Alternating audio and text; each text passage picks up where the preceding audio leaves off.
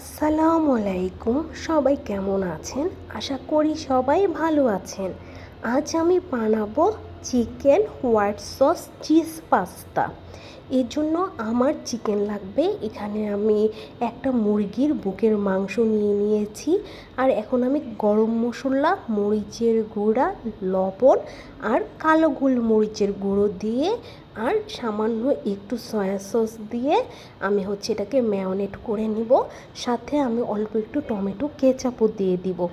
এটার ভিতরে জাস্ট অল্প একটু মশলা দিলেই হয়ে যাবে। আর আপনারা চাইলে এই পর্যায়ে সসগুলো নাও দিতে পারেন। জাস্ট মরিচের গুঁড়ো আর গোলমরিচের গুঁড়ো আর লবণ দিয়ে মাখিয়ে নিতে পারেন। জাস্ট আমি একটু সয়া সস আর দিয়ে টমেটো কেচাপ দিয়ে 10 মিনিটের জন্য এটা মাখিয়ে রেখে দিয়েছিলাম।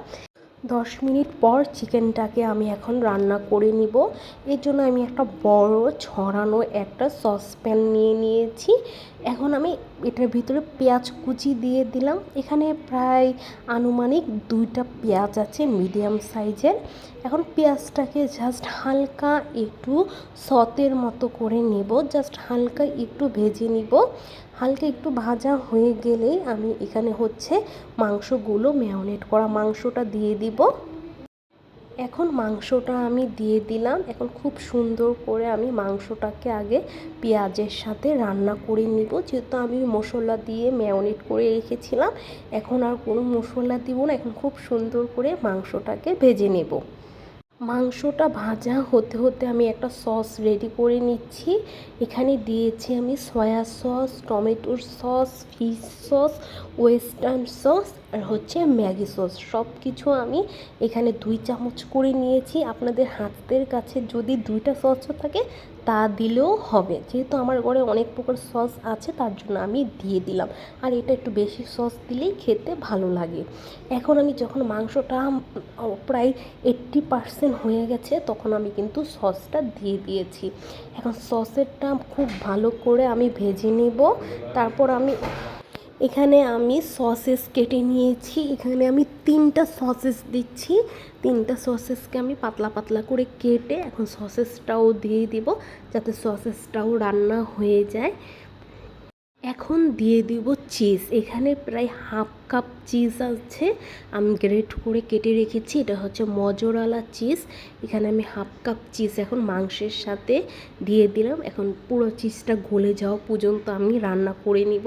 আর চিজটা দেখেন দেওয়ার সাথে সাথে কিন্তু মেল্ট হওয়া শুরু করে দিয়েছে। যেহেতু এটা চিজ পাস্তা, তো অবশ্যই কিন্তু চিজের পরিমাণটা বেশি দিতে হবে, তা না হলে বেশি একটা মজা লাগবে না। দেখেন একটু পরেই আমার চিজটা পুরো মেল্ট হয়ে পুরো মিশে গেছে। এখন কিন্তু আমার এই রান্নাটা কিন্তু রেডি হয়ে গেছে। এখন আমি এই জিনিসটা এই রান্নাটাকে একটা বাটিতে ঢেলে রেখে ওই পাত্রটাতেই, অন্য পাত্র নষ্ট করার কোনো প্রয়োজন নাই, জাস্ট ওই পাত্রটাতেই আমি একটু তেল দিয়ে রসুন দিয়ে দিচ্ছি। আর এই যে মশলাটা হালকা হালকা করে একটু লাল লাল পুরো পুরো ভাব হবে, এটা কিন্তু খেতে খুবই টেস্ট হবে।